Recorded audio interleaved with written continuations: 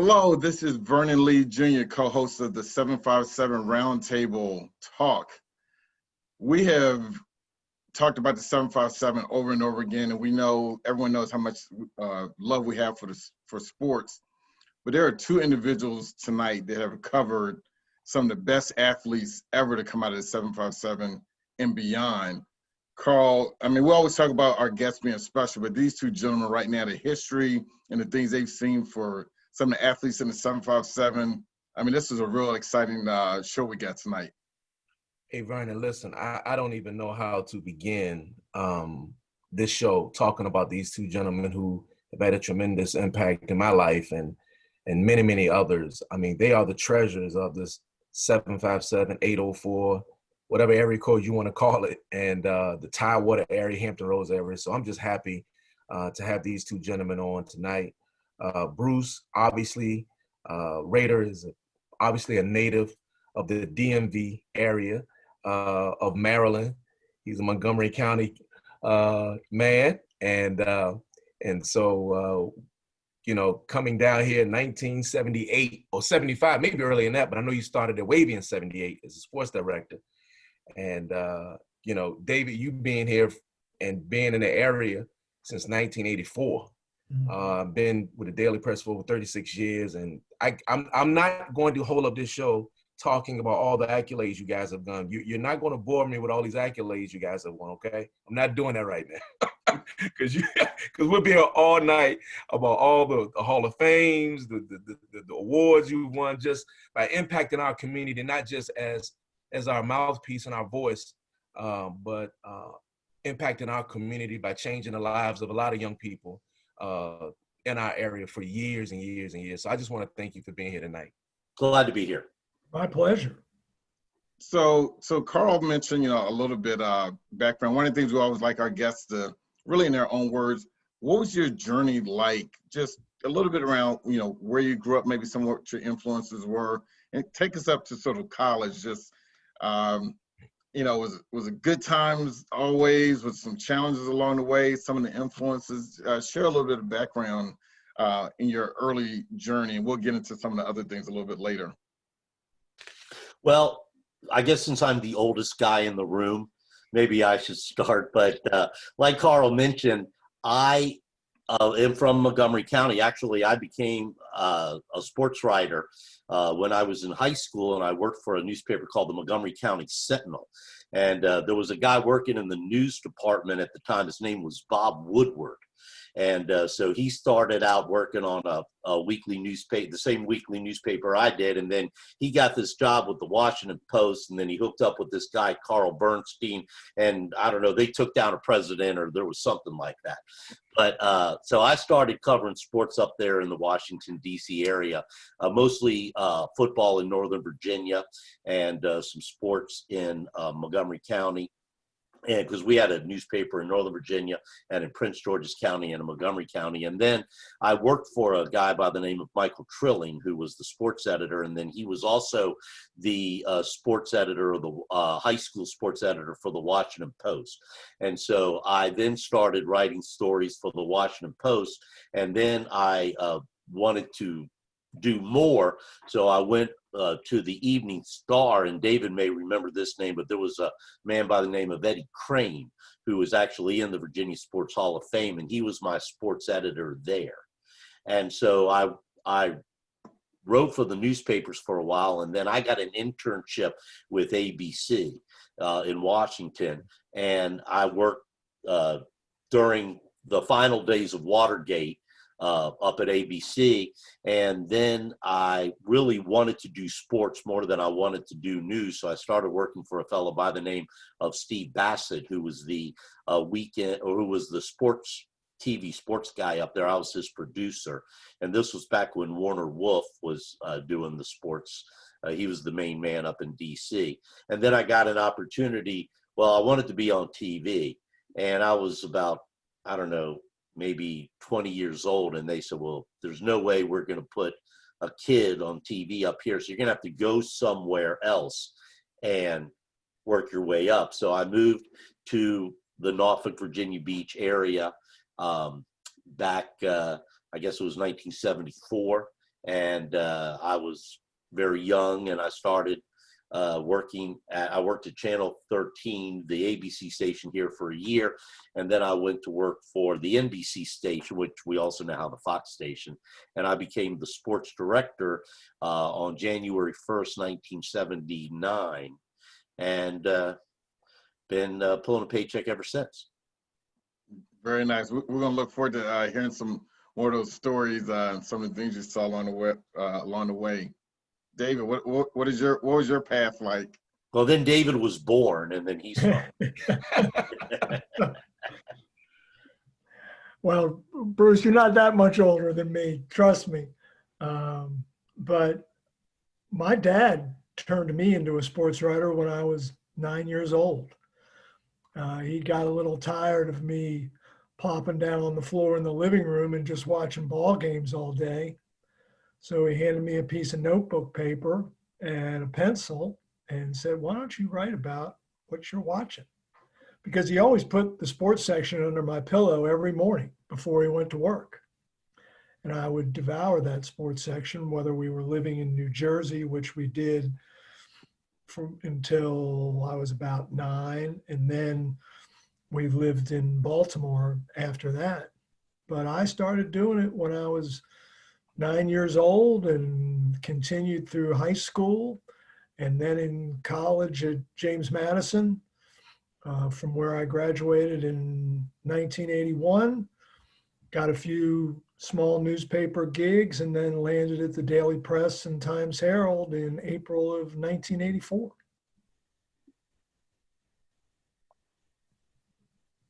And I would see David a lot when we would be traveling around the country covering sporting events.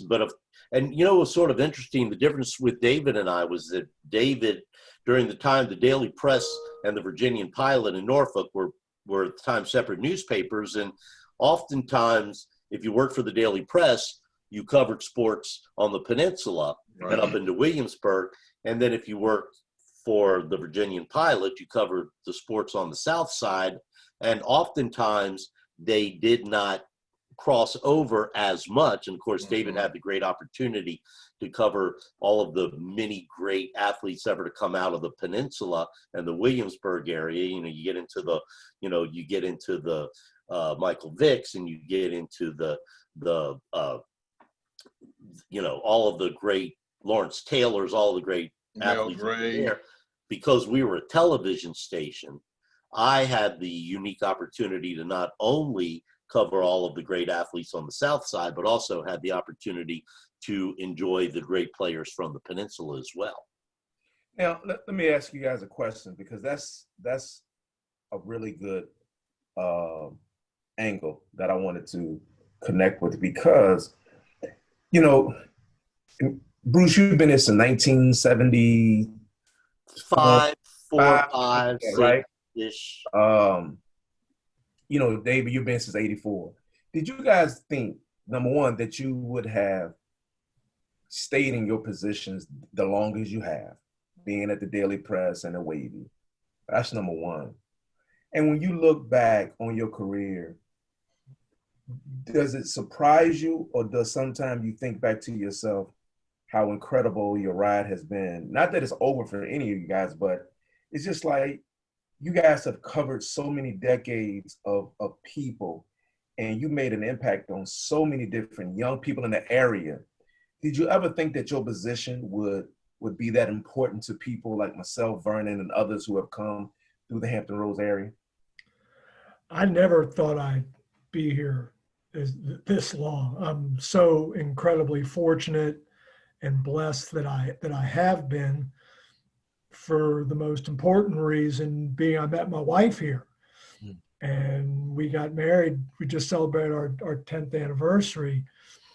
And she's a Kecoughtan girl, born and raised in Hampton, and all her family's here. So we're not going anywhere, trust me. Right, that's over now. Yeah. No, sir. But, you know, I got here in 1984. I'd had 3 jobs in less than 3 years. I wasn't sticking around here. Just no way. But it's funny the way life and the good Lord guides you. I'm an only child. My parents were getting up in years. I didn't want to move, and they were in the Maryland area.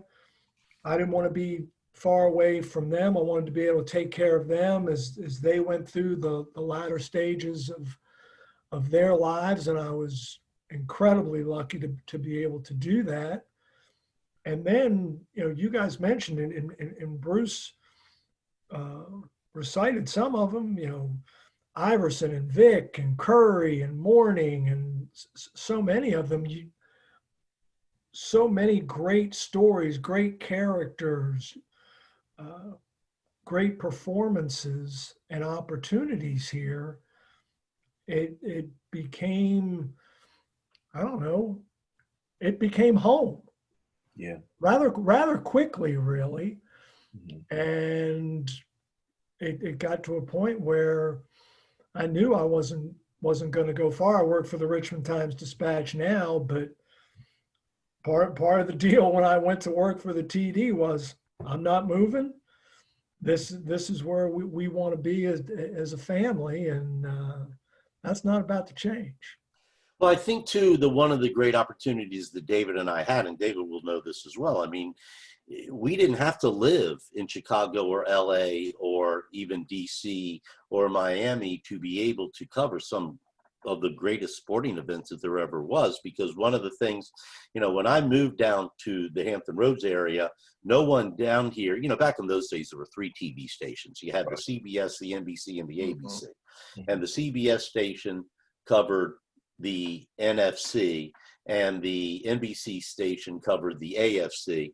And Right. so the Redskins games were sort of force-fed to the Hampton Roads market, which this was, back in the late 1960s and early 1970s. And that's why you had an entire, now probably a couple of generations of Redskins fans.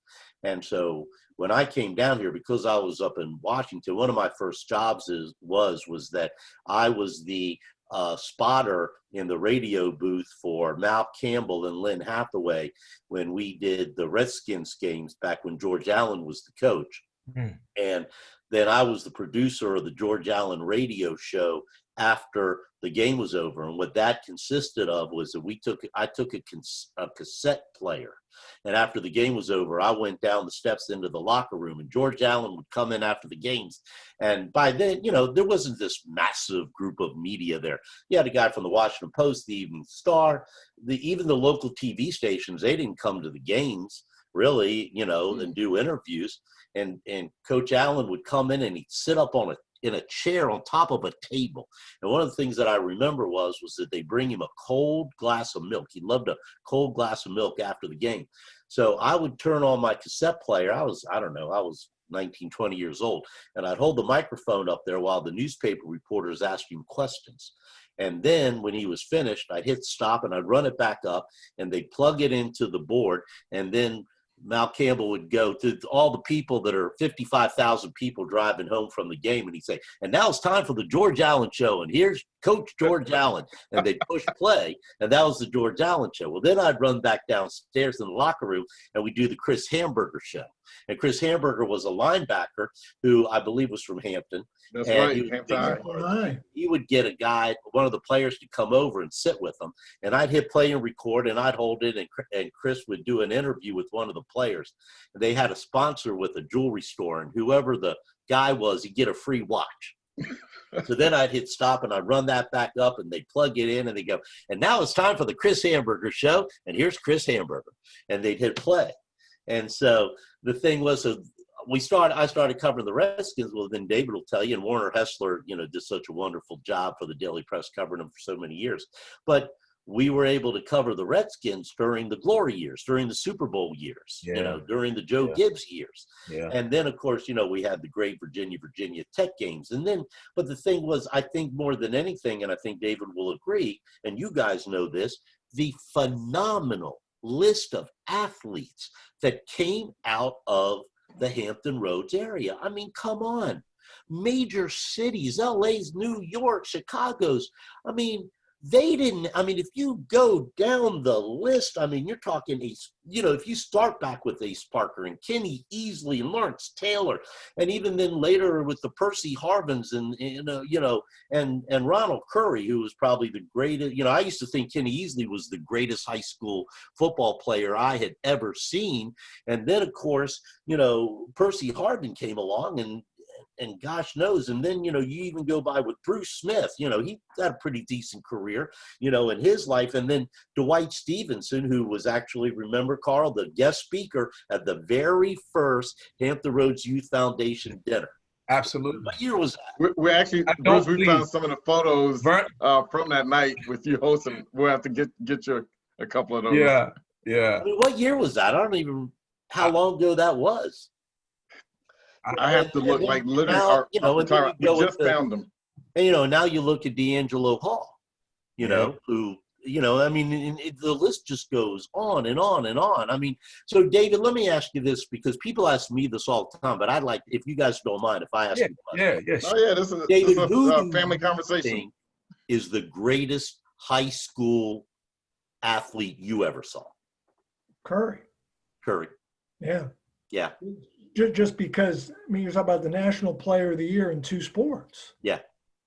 Basketball and football. Football and basketball. Bruce and Carl and Vernon, I'll never forget Ronald's freshman year. I mean, he came to Hampton High and everybody knew him already.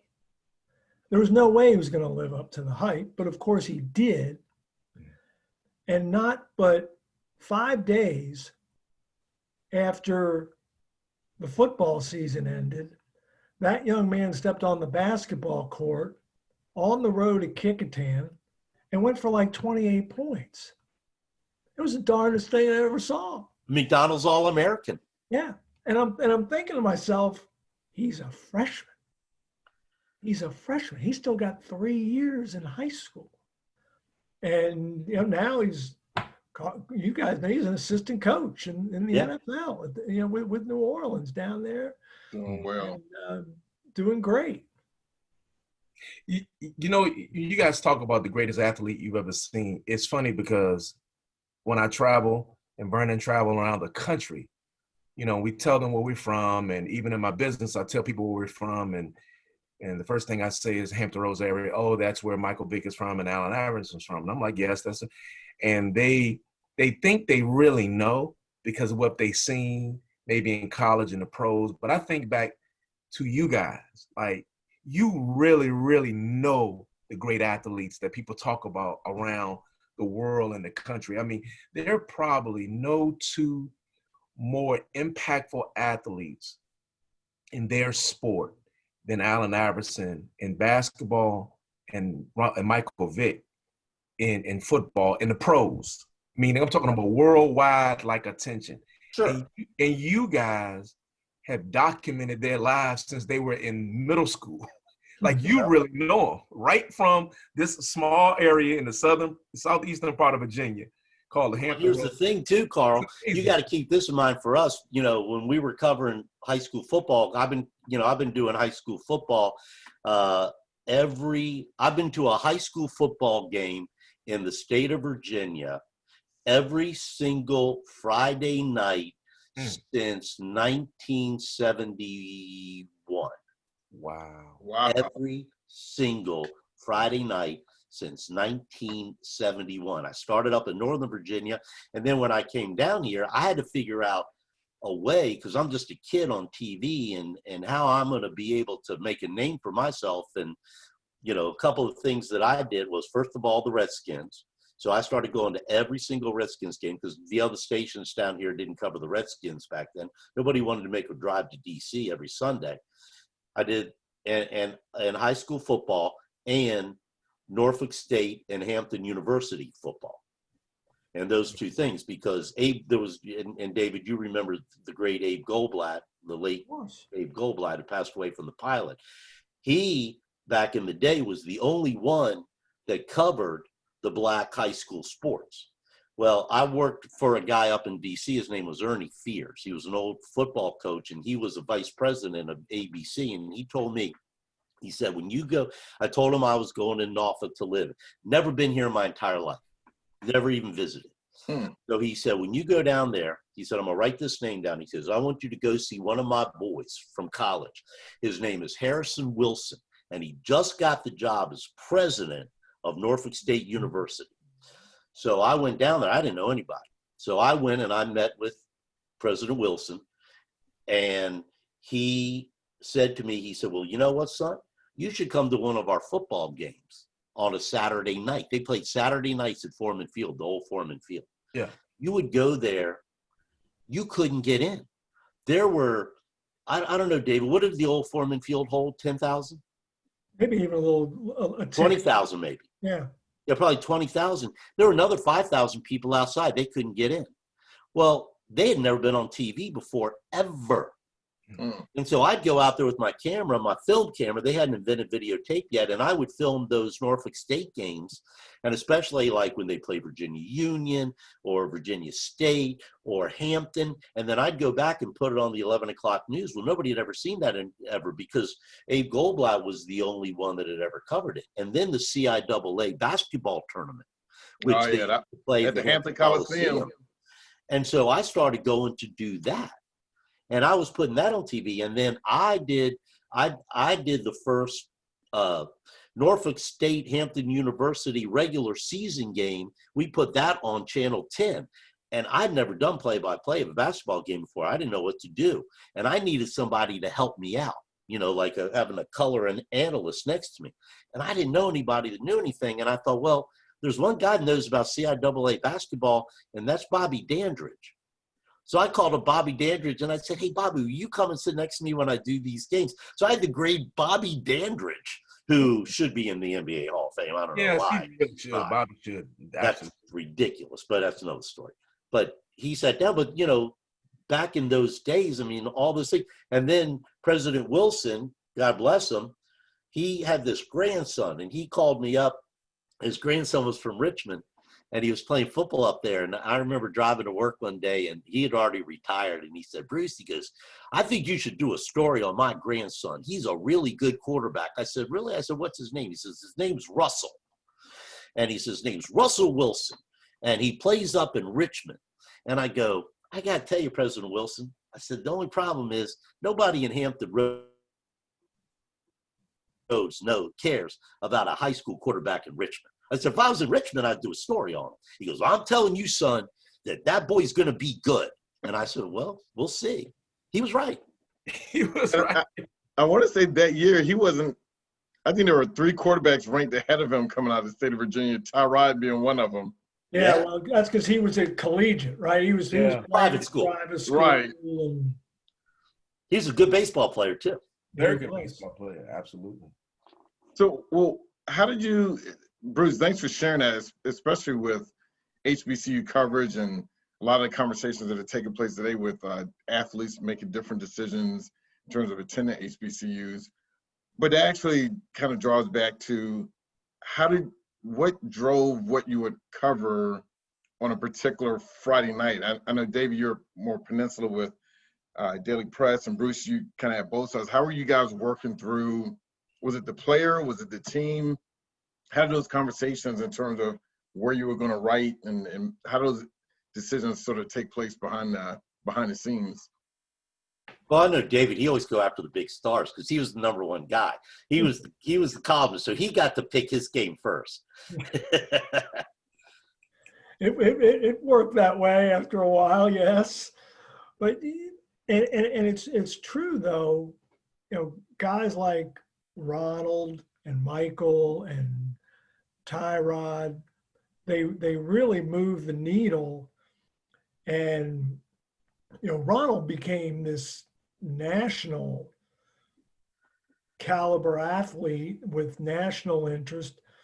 I spent an entire summer with him on the road with the AAU basketball circuit, and went to the Peach Jam and went to Disney and in the national AAU tournament down in Orlando, and to the Nike camp in Indianapolis, and just watched him interact with his peers. and that was fascinating.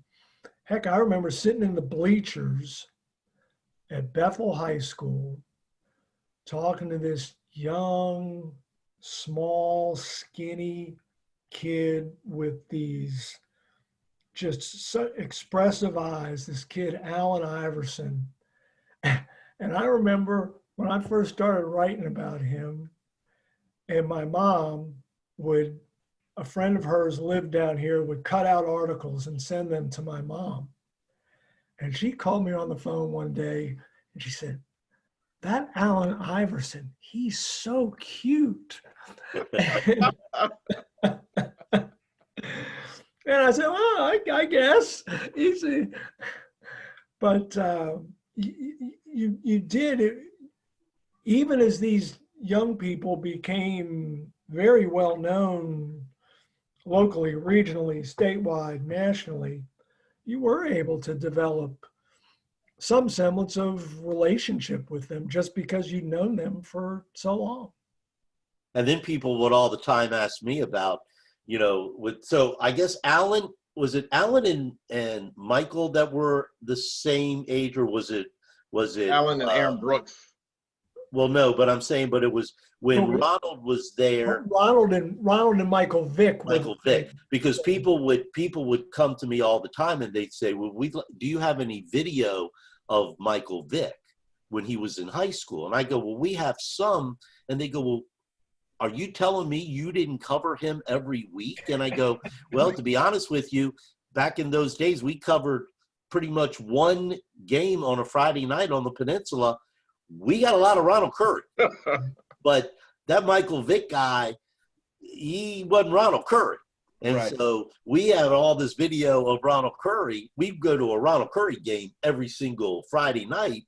And then a lot of times Michael just kind of, slipped by. Yeah, absolutely. And you try to get into Darling Stadium for a Hampton High game back then, and it was standing room. You had to get there early to get a ticket or try to get there along the fence line. And high school football in Newport News just wasn't as big a deal. Right. And, Michael started at Ferguson High and then went to Warwick. And I don't believe Ronald ever made the playoff, or excuse me, Michael ever made the playoffs. Yeah, probably did. Of those two teams, whereas Ronald was in the state semis or better every year. He had a pretty good coach too. Yeah, he did. Ronald did. Okay. Mike Smith, pretty good high school football coach. Maybe not always the easiest guy to get along with, but a pretty damn good coach. I know there are definitely a lot of those stories that a lot of recruiters that we won't talk about. No, not on the air. But see, the thing is, and I'm going to give you the old guy perspective, but I will tell you this: as good as Ronald Curry was, as was Kenny Easley, who is in the Pro Football Hall of Fame, and he played at Oscar Smith High School, and I remember going to Oscar Smith and watching him. And this was, the media wasn't as big as it was back then as it was when Ronald and Michael and them came along. But when Kenny Easley played, he was the quarterback. He was the safety. He kicked off. He punted. He ran back kicks. And he ran back punts. He played every single play of every single game. And he was a passing leader. He was an interception leader. He was a tackle leader.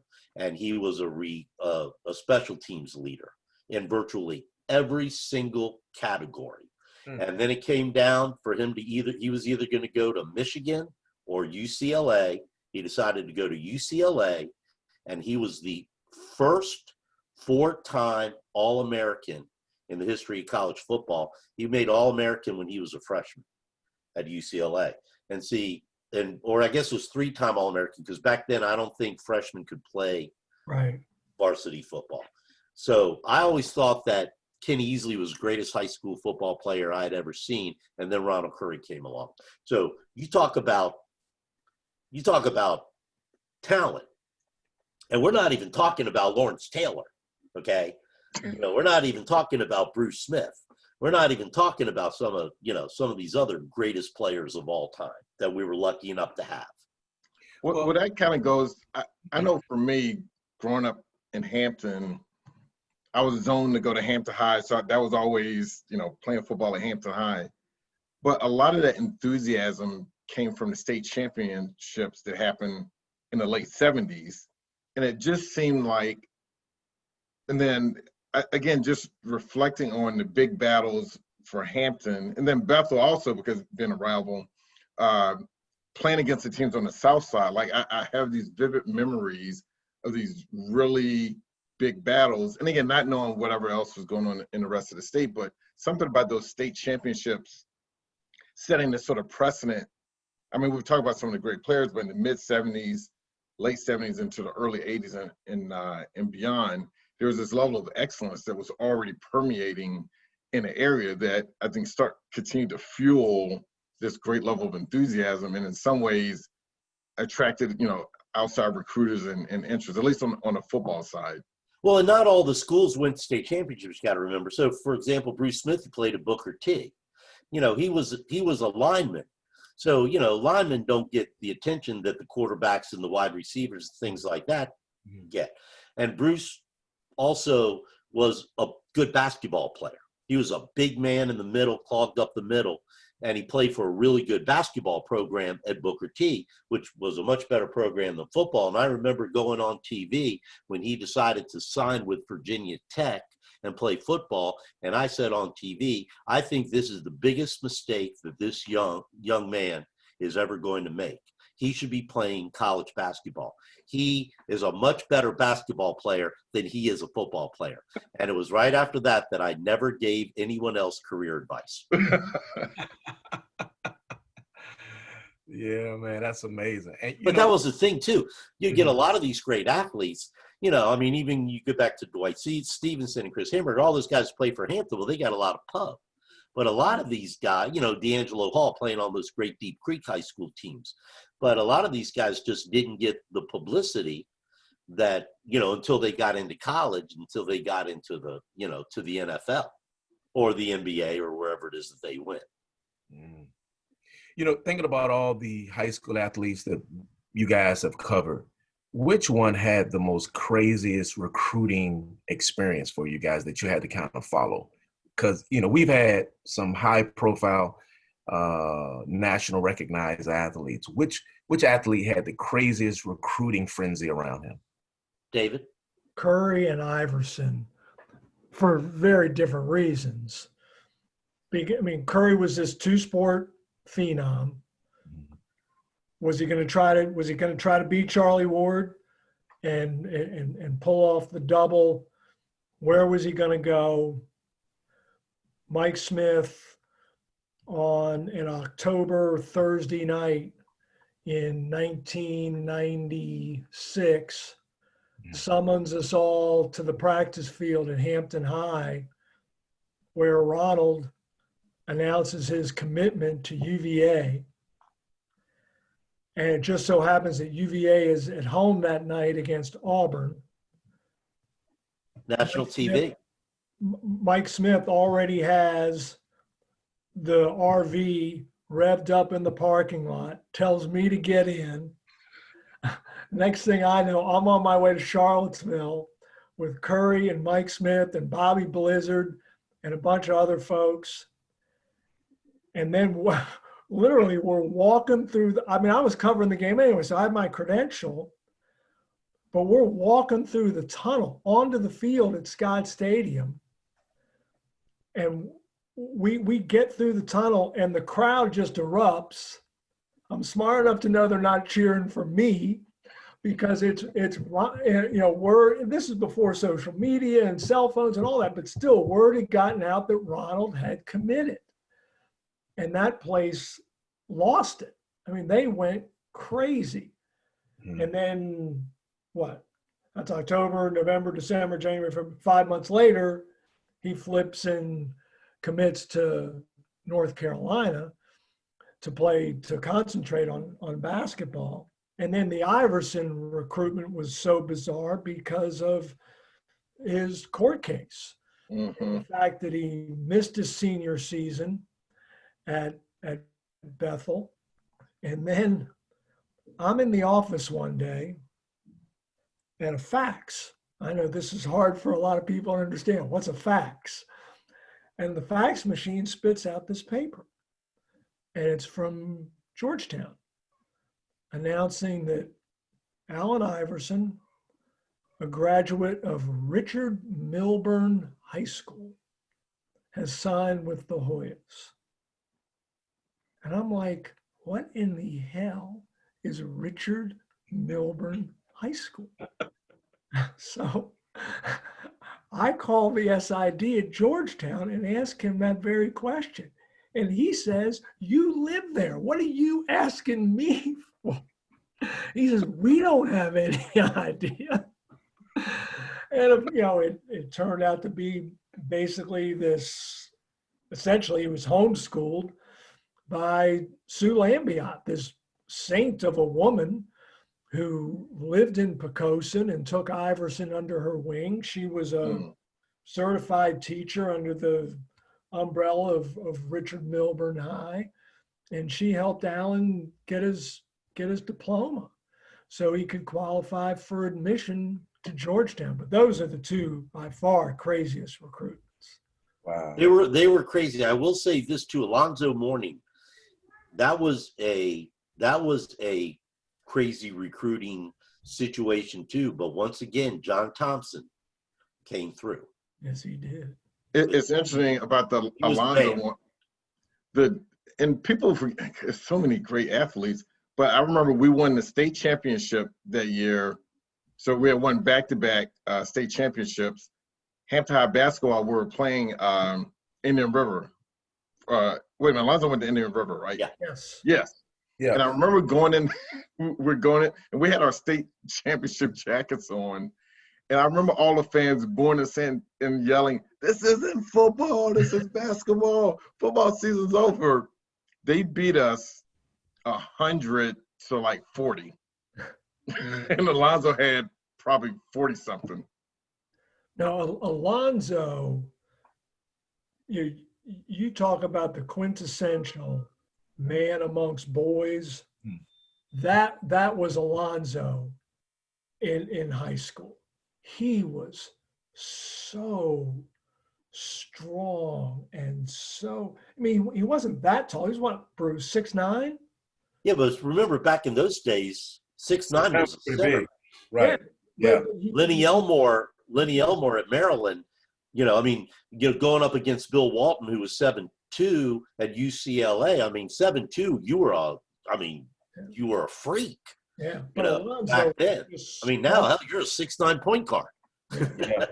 Alonzo was just so much stronger and powerful than anyone he faced. And then, even more important, I think that was sort of also the beginning, as far as I remember, of the great athlete that came from the area, that went on to college to be a great college athlete, and then would go pro and become a great professional athlete, but yet would always come back and give back to the community. With Zoe's Summer Groove that he started down when he was playing for the Miami Heat, and then brought it up to Hampton Roads so that he could give back to the community.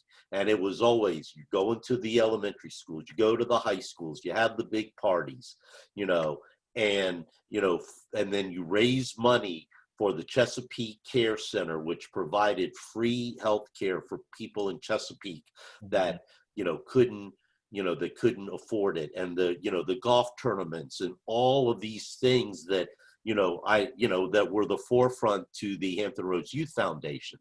Mm-hmm. That, Vernon and Carl, you guys have done such a phenomenal job of bringing all of these, great athletes from our area and beyond, and bringing them back to give back to the community. But, David, Alonzo was one of the leaders of, the first ones of doing that I think we all learned from. And then, guys like that also encouraging the younger athletes to come back, and do that as well. It's a great point, Bruce. And when I got the invitation from Carl and Vernon this week, I got to think of all the years for the HRYF summer camp to have to be canceled. This was the worst one, because with all that's going on, I don't mean the coronavirus and COVID, but with all that's going on socially and all the injustice and all the racism and Black Lives Matter, this year would have been such, and it will be in subsequent years, but this year would have been so important for those young people who come to your camp, Black kids, white kids, boys, girls, whoever, who come to your camp, to hear from you guys and to hear from folks like Antoine Bethea and Dwight Hollier and guys who have excelled not only in athletics, but also in academics, and have, as Bruce talked about with Alonzo, who have faithfully returned to their home to contribute to their communities. And that conversation would have been so important and so beneficial. And I know it will be in future years, but I just got a little frustrated thinking about it, because man, that would have been and Mike Tomlin, of course, because he's so eloquent.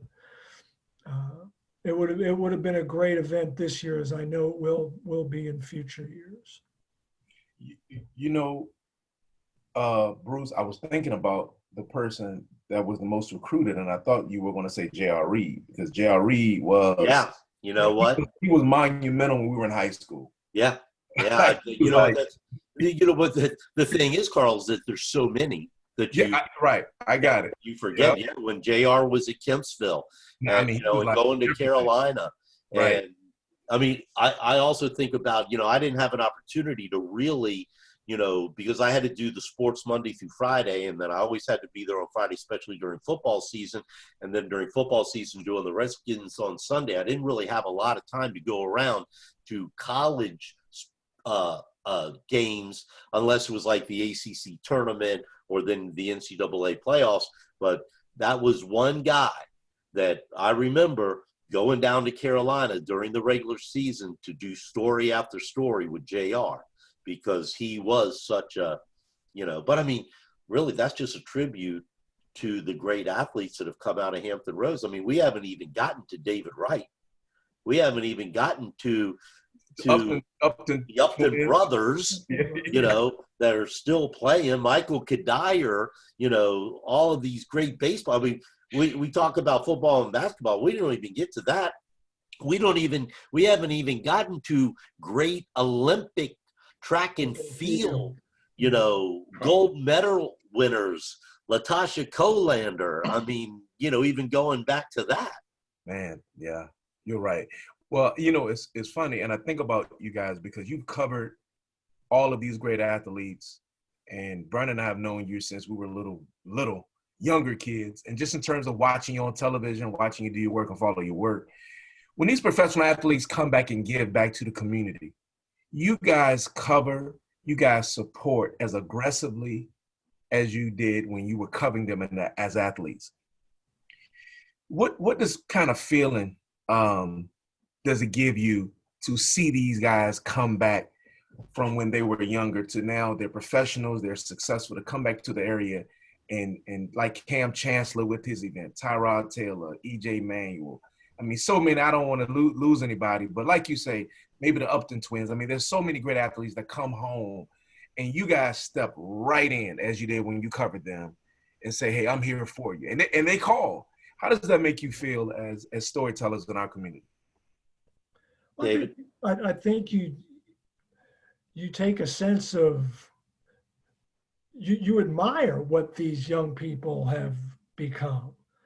And you think, wow, could I have, at that young age, have been that talented and that feted by media and fans? Could I have resisted all that going to my head? And could I have resisted the temptation to take my riches and just go into a corner and live my life and not worry about anyone else? Or would I have been like these young people and had a sense of loyalty, a sense of obligation, even to pay it forward? And Carl and Vernon, you guys have afforded these young people that opportunity. And you've organized and created these events that draw them back. And that's the really cool thing. And it just builds on itself and builds on itself. And then each generation sees that. It becomes an example. It becomes part of the culture, even. And, well, gosh, if Tyrod did it, or if, Dwight Hollier did it, well, then I should do it. If Cam Chancellor did it, I should do it. If Alonzo did it, I should do it. And it snowballs in such a good and powerful way. And another thing is that David and I were brought up in a different time in our professions, where it wasn't the shock jock.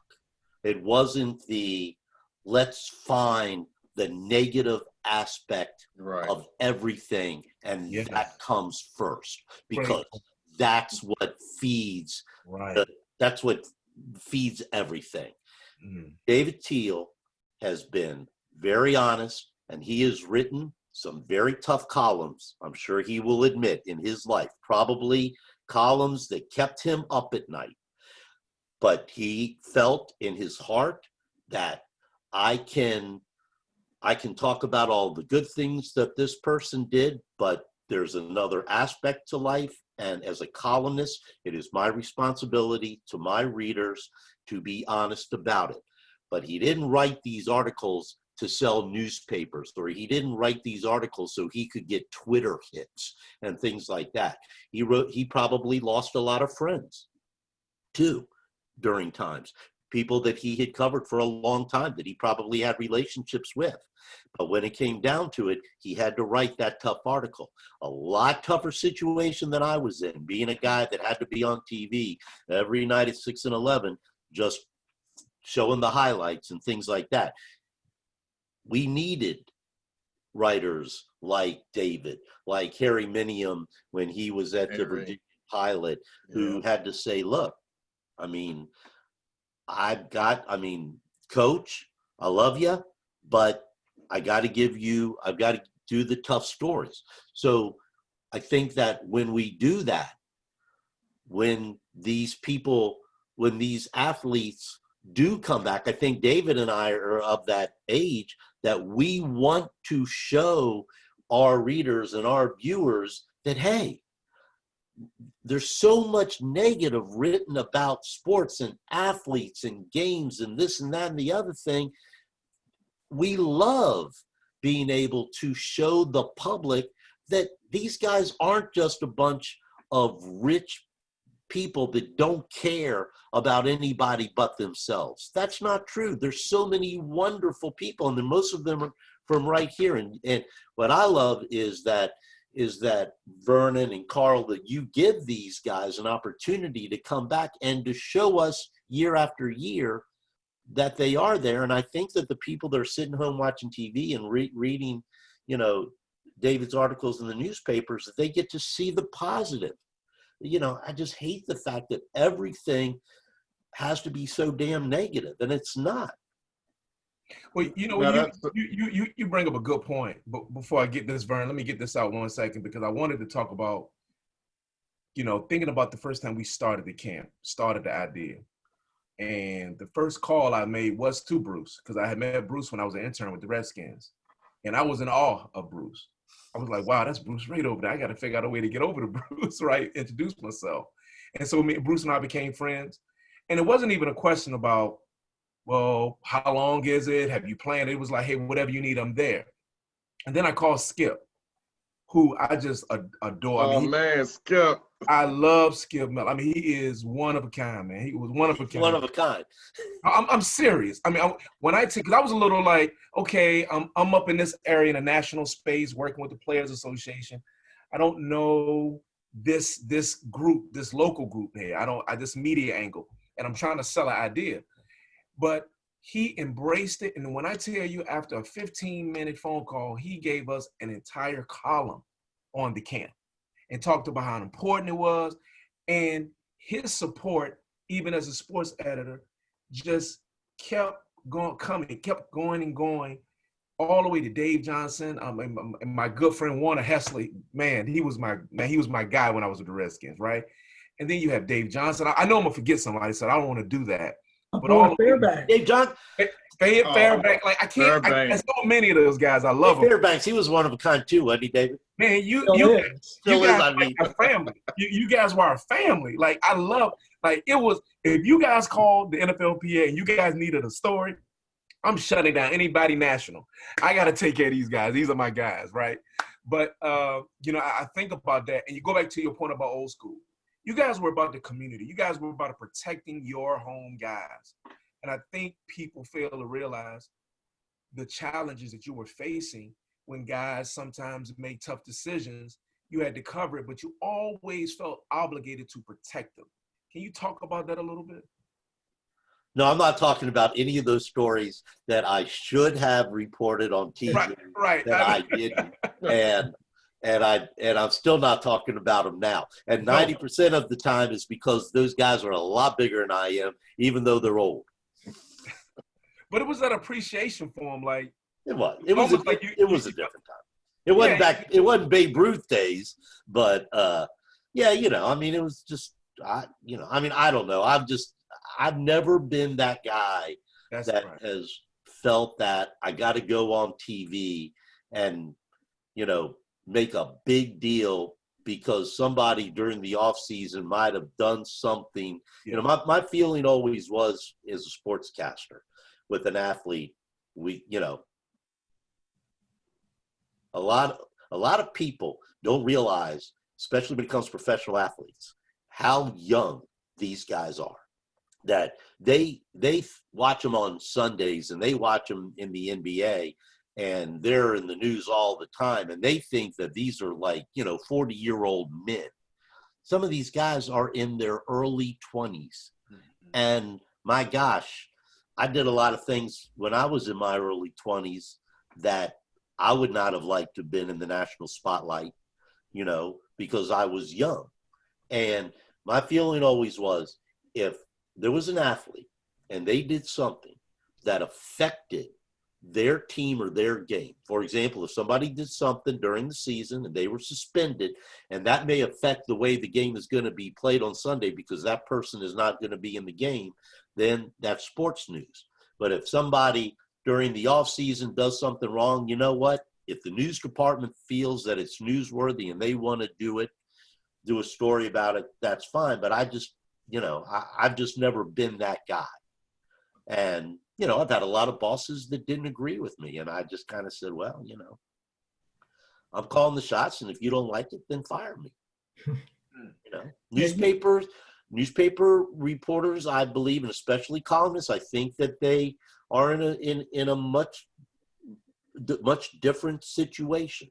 And I feel for David, like I said, because I'm sure that he had sleepless nights when he had to write stories about people that he knew and maybe knew their families, and felt like that he had to do it. But the thing is that luckily there was a guy like David Teel that was out there, and a lot of those reporters that you mentioned, Carl, that were fair about what they weren't, like I said, they weren't looking for how many Twitter hits they were going to get, or is that going to get me a job in a bigger newspaper or something like that. There was a certain amount of responsibility in their coverage.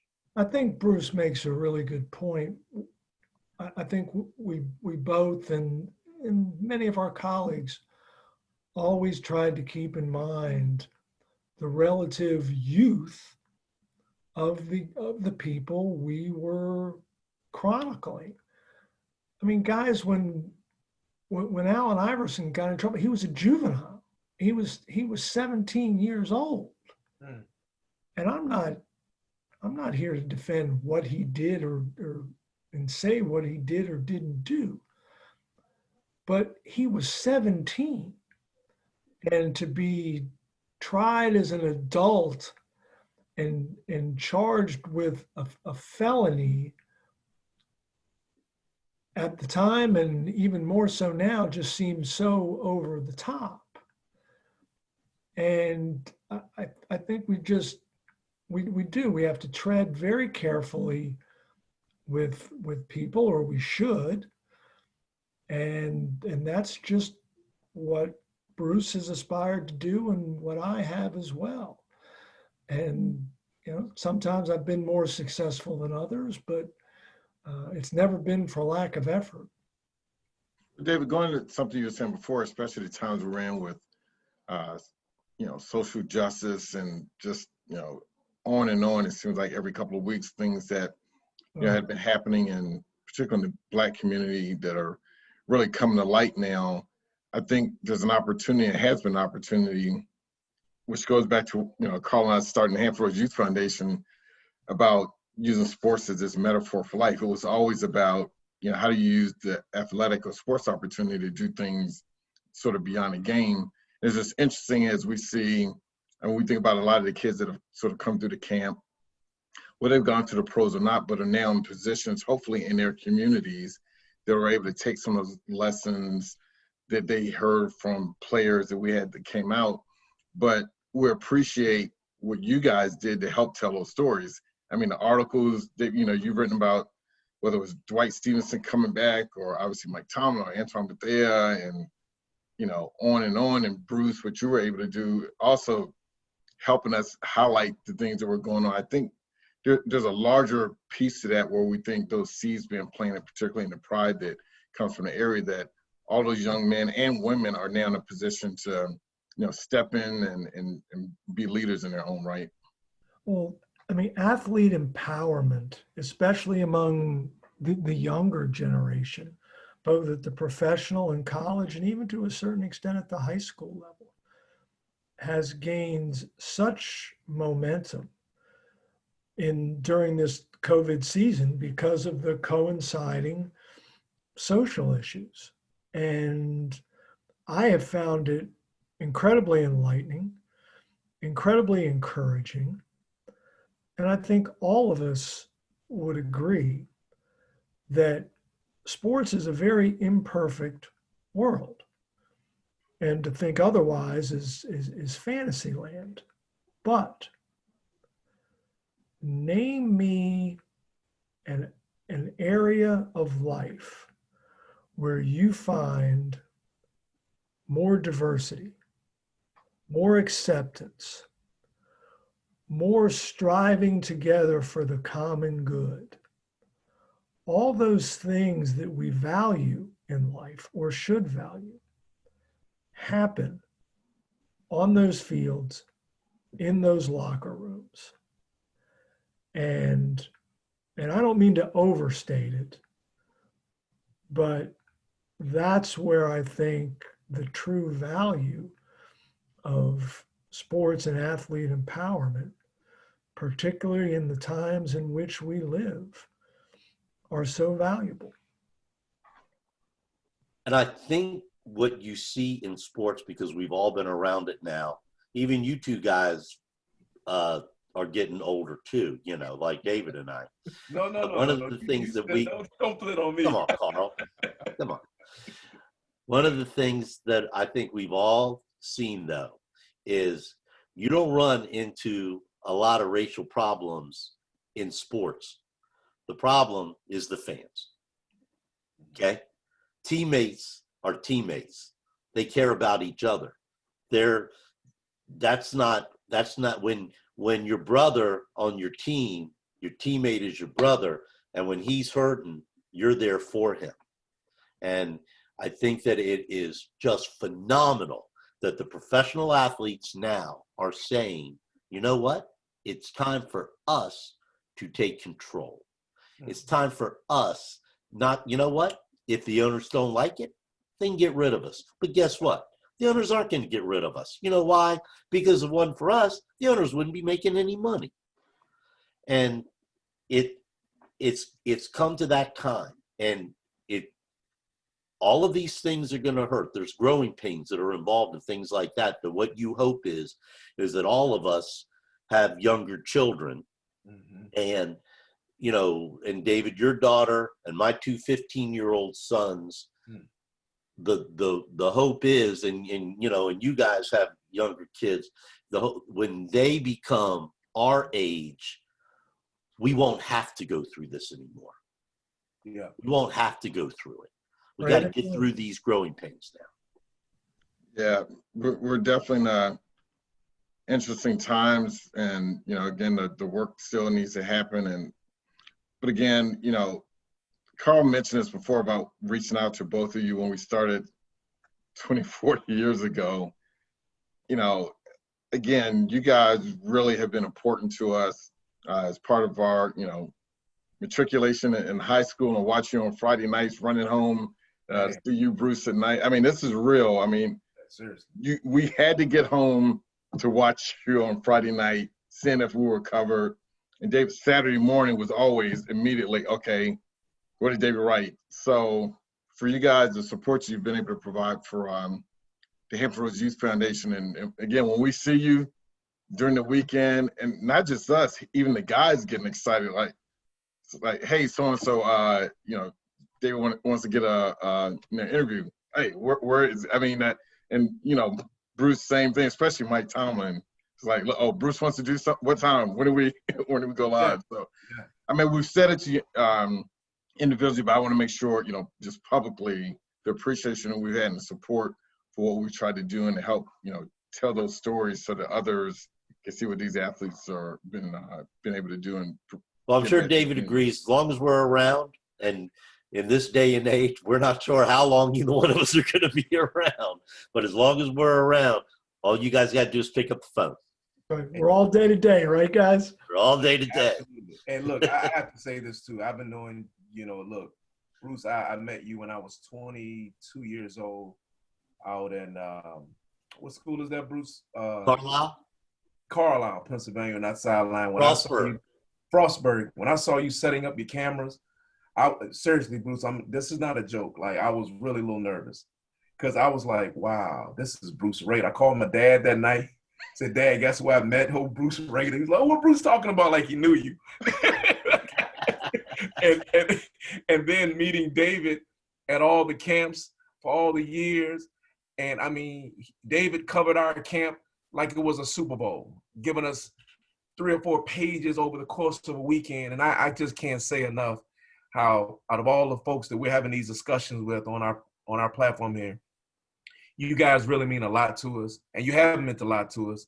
And I sincerely say that this is not for games. This is seriously because without you, everything that we wanted to accomplish in the Hampton Roads area would not have happened without you guys helping us, not only just covering us, but helping us navigate the spaces in the Hampton Roads area in order to be productive and engage the community. And I want to thank you guys from the bottom of my heart. And I consider you guys family. You're not friends, you're family of ours. And you know, David, when I need something, you know, you're the first person I call. Bruce, we always talk, Bruce, and I want to thank you guys, man. And this has been a treat for me. I want to go on for another couple of hours because we can just talk all night because you guys have just so many stories, but I know we got to come to a close, but I want to thank you again for you know, sharing some time with us tonight and being with us. I really do.